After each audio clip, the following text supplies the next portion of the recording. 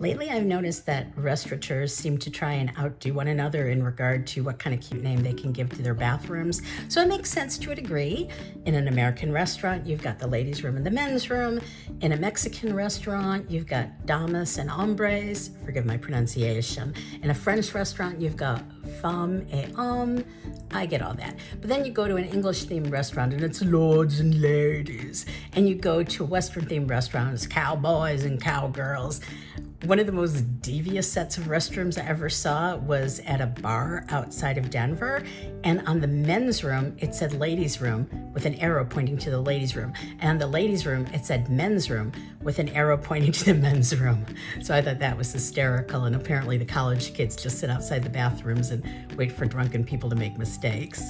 But recently, I went to a bar and I got up to use the restroom, and I didn't entirely understand what I saw.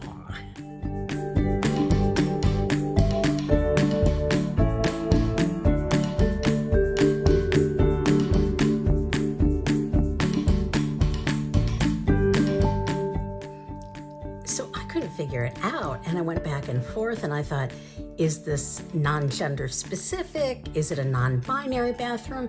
Is it a family restroom? Is it a restroom for free spirits? Is it a restroom for people with a lot of spirit? Is it for people who enjoy dressing up as sprites or wood nymphs?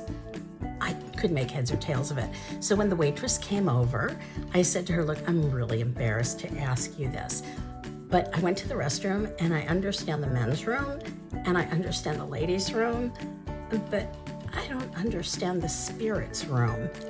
And she leaned over really sweetly and patiently and she said, ma'am, spirits is a word that means alcohol. I was like, oh my God. I was so embarrassed, and my friend and I burst out laughing. And when we burst out laughing, the waitress realized we weren't total morons, partial morons, but not total morons.